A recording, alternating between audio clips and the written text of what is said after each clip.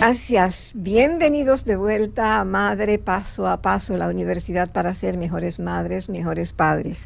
Desde aquí queremos mandarle un abrazo, un cariño a nuestra querida productora general Nasira Santana. Gracias, Nasi, por tu esfuerzo, por estos 17 años dedicados a lo que es intentar mejorar la calidad de las relaciones familiares. Dejamos en el aire una pregunta y hablábamos de las secuelas del COVID-19 y la relación con los problemas cardiovasculares, y decía la doctora Laiden Suárez cómo se dispararon. Laiden, vamos a retomar la pregunta que dejamos. Ese nivel de ansiedad, de estrés, confirmó o por lo menos dio nuevas evidencias de que las personas nerviosas son más propensas a sufrir un infarto, o el COVID-19 tuvo unas situaciones tan especiales que también contribuyó. Bien, vamos a definir lo que es una persona nerviosa, porque eso es sumamente importante. ¿Por qué nosotros decimos que el estrés, ese estado de alerta todo el tiempo? Usted ve que hay personas que no se están quietas, que están siempre en un estado como que están siempre alerta, que están siempre, que no duermen, que lo que duermen son 3 horas, y uno la ve aquí, y uno la ve allá, y no se están...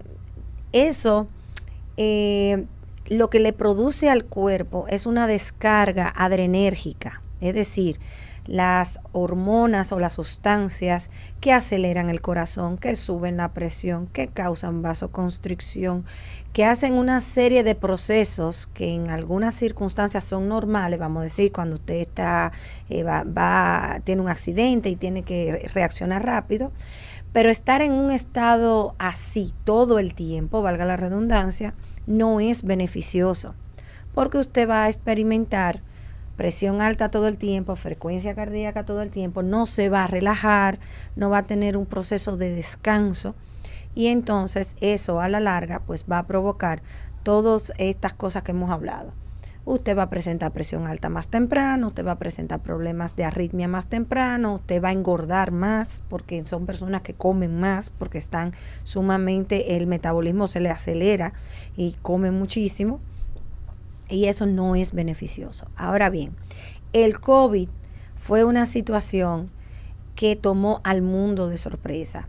Y no todas las personas tuvieron una forma, vamos a decir, sana de manejar la situación. Porque el hecho de no saber, nadie sabía qué era lo que estaba pasando, y de buenas a primeras vernos confinados y pensar que era el fin del mundo, pues sí, provocó durante mucho tiempo, yo diría en prácticamente todos nosotros, un proceso de estrés y ansiedad bastante intenso. Ahora bien, hay personas, doña Neri, doctora, que vivieron experiencias en el COVID que la han dejado en un estado de estrés. Yo tengo personas que todavía hoy no salen de la casa.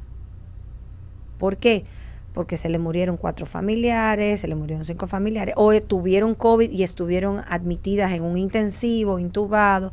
O sea, cada experiencia, cada proceso es diferente.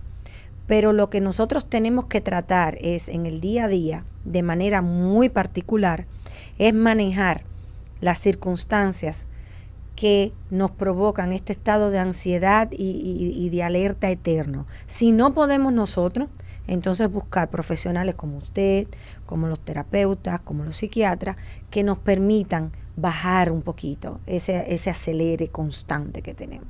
Bueno, el COVID-19 marcó un antes y un después de la humanidad. En eso hay que estar claro. Y tal y como decía la doctora Suárez, la verdad es que todavía no sabemos nada. Estamos como al principio de la pandemia, que no se sabía nada, pues las consecuencias serán dentro de 5, 10, 15 años que estaremos verdaderamente informados, y no sabemos de qué forma, si completamente o no, de cuáles han sido esas situaciones que nos han presentado. Y una situación que se está presentando ahora, alarmante, es lo del síndrome de COVID prolongado. Personas que le dio el COVID y 8, 10, 12 meses, 6 meses después, están sufriendo una serie de síntomas que yo creo que debe de ser tratado en un programa. Le vamos a comprometer públicamente a Laiden y a Héctor Armando cuando ya se reintegre, para que hagamos un programa sobre las secuelas del COVID prolongado, porque fueron dos de los especialistas que estuvieron ahí al pie del cañón y que tienen la experiencia para tratar y informarnos sobre este particular. Antes de seguir, vamos a comenzar de nuevo a tomar llamadas del público, porque la verdad es que agradecemos infinitamente la lealtad de nuestros radioyentes, porque son maravillosos y siempre están ahí con nosotros.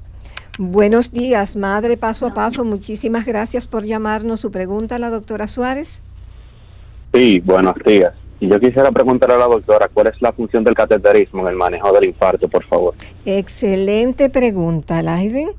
Muy bien. El cateterismo es un tratamiento de intervención que se realiza a través de una arteria. Se llevan unos catéteres, unos pequeños tubitos, para poder ver las arterias del corazón inyectando un medio de contraste, de tal manera que se pueda ver si hay alguna arteria tapada o por taparse y si se puede destapar o no. Es un tratamiento, no es un tratamiento, es un método que puede ser diagnóstico y de tratamiento. A eso quería decir.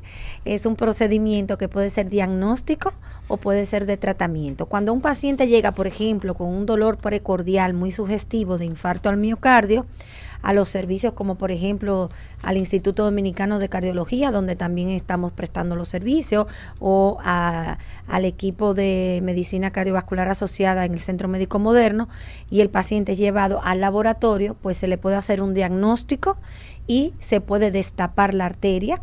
Mientras más rápido se destape la arteria, mejor, evita el infarto, evita la muerte del músculo, y el paciente queda con una mallita que abre esa arteria, y entonces se puede recuperar un poco de ese músculo que ha sido afectado. Esa es la razón del cateterismo. Los teléfonos de la doctora, el teléfono que tiene ella para que ustedes se pongan en contacto con ella y puedan acceder a sus servicios profesionales, es el 809-566-8000. Anoten, 809-566-8000. Dentro de un momentito vamos a volver a darlo. Para las personas que no tuvieron su celular a mano, un trozo de papel y un lápiz, puedan anotarlo. 809-566-8000. Doctora, hay una pregunta que no se puede quedar, porque realmente es una de las cuestiones que más interrogante traen, y es la siguiente: ¿qué es un soplo al corazón? ¿Qué debemos hacer? ¿Y cuál es el pronóstico si no se cuida a tiempo? Okay. El soplo no es más que el sonido que hace la sangre al pasar por las válvulas cardíacas, por las válvulas del corazón. ¿Qué son las válvulas? Las válvulas son unas puertecitas que comunican la parte de arriba del corazón con la parte de abajo. Cuando esas válvulas o esas puertecitas están defectuosas, es decir, o no abren bien o no cierran bien, producen un sonido particular cuando la sangre pasa. La sangre pasa como si fuera una manguerita de agua.